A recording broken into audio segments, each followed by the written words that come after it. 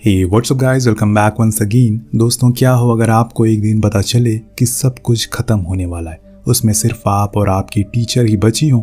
ऐसे में आप क्या करेंगे? आज की कहानी भी कुछ इसी तरह की है, जिसकी शुरुआत में हम हेनरी नाम के बच्चे को देखते हैं, जो कि बार्सिलोना में रहता है, एक गैराज में काम करता है। और इस दौरान रेडियो पर खबर आती है कि धरती का तापमान अब समय के साथ तेजी से बढ़ रहा है। सभी लोग सावधानी बरतें। इतने में वहां पर टोनी आ जाता है, जो उसका बॉस था। वो उस रेडियो को बंद कर देता है और कहता है कि ये सब बकवास है।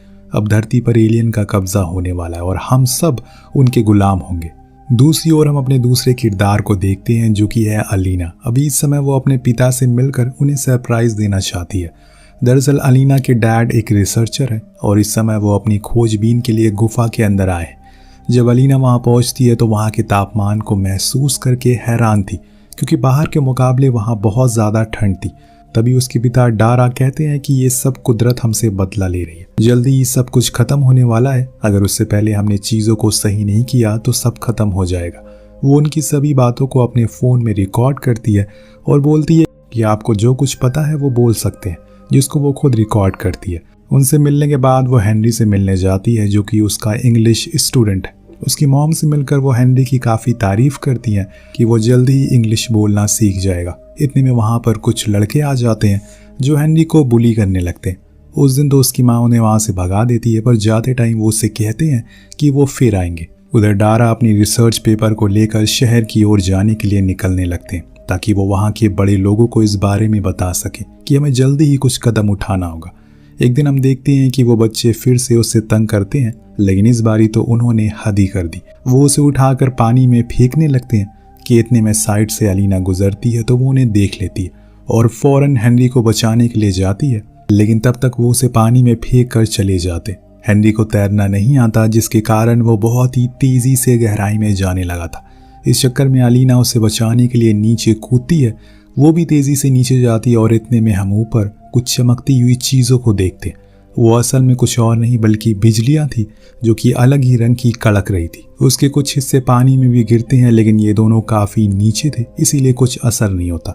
अब जब वो दोनों बाहर आते हैं तो देखते हैं कि वहाँ का तो माहौल ही बदल चुका है। चारों ओर बस तबाही का मंजर है। आसमान से बिजलियाँ गिर रही है, पर उससे पहले वो हेनरी को होश में लाती है, फिर उसे लेकर वहाँ से निकलती है। तब बीच रास्ते में हेनरी अपने घर को देखता है, जो कि पूरी तरह से जलकर भस्म हो गया था, और उसी के बीच में उसकी माँ की लाश भी पड़ी थी, जो देखकर उसका कलेजा फट जाता है। वो उनके पास जाने की जिद करता है, लेकिन अलीना उसे रोकती है और वहाँ से लेकर उसी गुफा में चली जाती है, जहाँ पर उसके डैड रिसर्च करते थे, क्योंकि अभी के हालात कुछ ठीक नहीं है। बिजलियाँ उनके ऊपर कभी भी गिर सकती है। सुबह होने पर वो दोनों वहाँ से बाहर आते हैं, जिसके बाद अलीना सबसे पहले अपने घर जाती है, जो कि थोड़ा मोड़ा बचा हुआ सामान था, उसे पूरा ख़त्म नहीं हुआ था। वो सोलर चार्जर से अपने फ़ोन को चार्ज करती और फिर अपने पिता को कॉल लगाती, लेकिन कोई फ़ायदा नहीं था, क्योंकि अब तो सब कुछ ख़त्म हो चुका है। पर शायद ये मौसम कुछ ही जगह पर ख़राब हुआ हो, इसीलिए वो हेनरी से रेडियो ऑन करने को कहती है, पर वो भी काम नहीं कर रहा था। अब वो दोनों वहाँ से थोड़ी ही दूर शहर के पास आते, शायद कोई जिंदा हो। लेकिन जब वो अपनी नज़रें उठाकर उस शहर को देखते हैं, जो शहर कभी एक समय पर आबाद हुआ करता था, आज वो पूरी तरह से बर्बाद हो चुका है। चारों ओर बस लाशें, कार्स, इमारतों के मलबे पड़े हुए हैं, जो देखकर उसे समझ आ जाता है कि ये वो नहीं है वो जो समझ रही है, बल्कि इसने तो पूरे शहर को ही बर्बाद कर दिया, या फिर पूरी दुनिया को ही। लेकिन अभी भी उसे ये उम्मीद है कि कोई तो होगा जो बचा होगा, इसीलिए वो वहाँ पड़ी स्कूटर से कुछ दूर जाने को कहती है। लेकिन आगे जाकर उसकी स्कूटर एक पत्थर से टकरा कर गिर जाती है, जिसके चलते उसके पेट में एक नोकीली चीज़ घुस जाती है, और इस वजह से उसे अपने घर ही लौटना पड़ता है। जहां वो उस घाव को ठीक करती है, वो इन सारी चीज़ों को रिकॉर्ड भी कर रही थी, और इसी दौरान उसे अपनी डायरी मिलती है, जिस पर वो हर चीज़ों को लिखा करती है। उसे पढ़कर उसे समझ आ जाता है कि वो जो उसके पिता कह रहे थे वो सही था। ज़रूर प्रकृति हमें कुछ संदेश देना चाह रही है। कुछ देर बैठने के बाद वो सोने के लिए चली जाती है, लेकिन देर रात जब हेनरी उसके घाव को देखता है तो उसे एहसास होता है कि अब उसकी हालत बहुत ही बिगड़ने वाली है। वो उसे उठाता है और कहता है कि मैं बाहर जा रहा हूँ एंटीबायोटिक लेने के लिए, लेकिन वो मना करती है, क्योंकि रात काफ़ी हो गई और ऐसे में बाहर जाना खतरे से खाली नहीं है। मैं सुबह जाकर दवा ले आऊँगी। लेकिन हेनरी उसको सो जाने के बाद खुद अकेले ही बाहर जाता है, क्योंकि अगर वो सुबह तक ऐसी रही तो उसका जख्म और ख़राब हो जाएगा। हालांकि इसके पहले कभी भी हेनरी अकेले इतनी रात को बाहर नहीं गया, लेकिन आज वो हिम्मत जुटाता है और निकल जाता है उस एंटीबायोटिक के लेने के लिए, जिसके बाद वो उसे लगा देता है। सुबह होने पर अलीना देखती है कि उसका जख्म काफ़ी बेहतर है। उसको सही हालत में देखकर हेनरी भागते हुए आता है और उसे गले से लगा लेता है, क्योंकि वही उसकी आखिरी उम्मीद है। उसके अलावा और ही कौन है उसका यहाँ पर। अब रात होने पर अलीना फिर से रिकॉर्डिंग करना शुरू करती है। जैसे जैसे समय बीत रहा है, हेनरी को अपनी माँ की बहुत याद आ रही है। वो उन्हें हर जगह पर मिस करता है और फिर उस ट्रैक्टर के पास भी जाता है जिसे वो ठीक करने की कोशिश करता है। एक दिन जब वो सोकर उठता है तो देखता है कि अलीना वहाँ नहीं है। उसकी बेडशीट पर खून लगा हुआ है, जो देखकर वो घबरा जाता है और चारों ओर उसे ढूंढने लगता है। हेनरी को लगता है कि शायद वो किसी मुसीबत में है, लेकिन जब वो उसे दिखाई देती है तो वो उसे पूछता है कि उसे क्या हुआ, तुम ठीक तो हो? तो वो कहती है कि हाँ, मुझे कुछ नहीं हुआ है। तब हेनरी उसे खून के बारे में पूछता है तो वो उसे सारी बातें समझाती है कि उसे पीरियड्स हुए हैं, जो कि हर लड़की को होता है और ये अच्छी बात है, ना कि बुरी। हेनरी को भी बात समझ आ जाती है, जिसके बाद दोनों वहाँ पर पानी से खेलना शुरू करते हैं। एक दिन अलीना देखती है कि हेनरी बाहर बंदूक चला रहा है, जो देखकर वो फौरन उसे ऐसा करने से रोकती है, लेकिन हेनरी कहता है कि वो उसकी सेफ्टी के लिए ये सीख रहा है, क्योंकि वो इस घर का इकलौता मर्द है। ये कहकर वो वहाँ से चला जाता है। अब जैसे जैसे करके समय बीतने लगता है, अलीना ने अपने डैड की सिखाई हुई सर्वाइविंग स्किल को इस्तेमाल करके वहाँ खुद के लायक खेती भी कर ली थी, जिसको अब हेनरी संभालता है। अलीना हर चीज़ को संभालती है और कब सालों का समय गुजर जाता है उन्हें पता ही नहीं चलता। हेनरी अब बड़ा हो गया है, जिसको देखकर अलीना को अट्रैक्शन महसूस होती है। यही सेम चीज़ हेनरी के साथ भी थी, लेकिन उसे इसका मतलब पता नहीं था। बस जब भी वो अलीना के करीब जाता था वो उसे दूर कर देती थी। ऐसे ही कई दिन चलता रहता है, लेकिन फिर धीरे धीरे अलीना भी उसके करीब जाने का बहाना ढूंढने लगती है। दोनों हर काम में साथ किया करते थे। ऐसे ही एक दिन खाना बनाते टाइम हेनरी उसको किस कर लेता है और वहाँ से चला जाता है। अलीना कुछ नहीं कहती, बस स्माइल करती रहती है। उसी रात एक तेज तूफान आता है, जिसकी वजह से इनका पूरा फार्म और गार्डन उजड़ जाता है। ये बहुत कोशिश करते हैं कि उसको ठीक कर सके, लेकिन नहीं हो पाता। तब अलीना उसे समझाती है कि कोई बात नहीं है, हम कल बार्सिलोना के सिटी सेंटर के लिए निकलेंगे, शायद वहाँ हमें कोई मिल जाए। सुबह होने पर वो देखती है कि हेनरी एक ट्रैक्टर को लेकर आया है। ये वही था जिसको वो बचपन से ठीक करने की कोशिश कर रहा था, और अब जाकर वो पूरी तरीके से ठीक हो गया, जो देखकर अलीना बहुत खुश होती है और इसे गले से लगा लेती है। दिन दोनों उसमें बैठकर सिटी के लिए निकल जाते हैं, जहां पहुंचकर वो वहां की बर्बादी को करीब से देखते हैं। इस बीच अलीना अपने पिता को कॉल लगाती है, इस उम्मीद में कि वो अगर कहीं हो तो हॉर्न सुनकर उसके फ़ोन को उठा ले, लेकिन ऐसा कुछ नहीं होता। तब उसे एहसास होता है कि अब उसके पिता नहीं रहे, लेकिन हेनरी उसे समझाता है कि उसे अभी उम्मीद नहीं खोनी चाहिए, क्या पता वो किसी जगह पर मिल जाए। जिसके बाद वो दोनों पूरे शहर में हर जगह पर घूमते, इस उम्मीद में कि शायद कोई जिंदा हो, लेकिन कोई नहीं था वहाँ पर। तो हेनरी ट्रैक्टर को स्टेडियम में रोकता है, जहाँ किसी ज़माने में लियोनेल मेसी गोल करता था, पर आज वो खुद वहाँ पर गोल करता है, जो देखकर अलीना उसको रिकॉर्ड भी करती है। पर अचानक से वो दोनों करीब आ जाते हैं, लेकिन फिर अलीना पीछे हट जाती है, क्योंकि उसे शायद ये ठीक नहीं लगता। लेकिन उस रात जब दोनों सोने के लिए जाते हैं तो काफ़ी ऑकवर्ड फील करते हैं। अलीना बड़ी थी, उसे पता है कि ये अट्रैक्शन है, सभी को होता है, इसे वो भाग नहीं सकते। ये कहकर वो उसे किस करती है और दोनों इंटीमेट होते।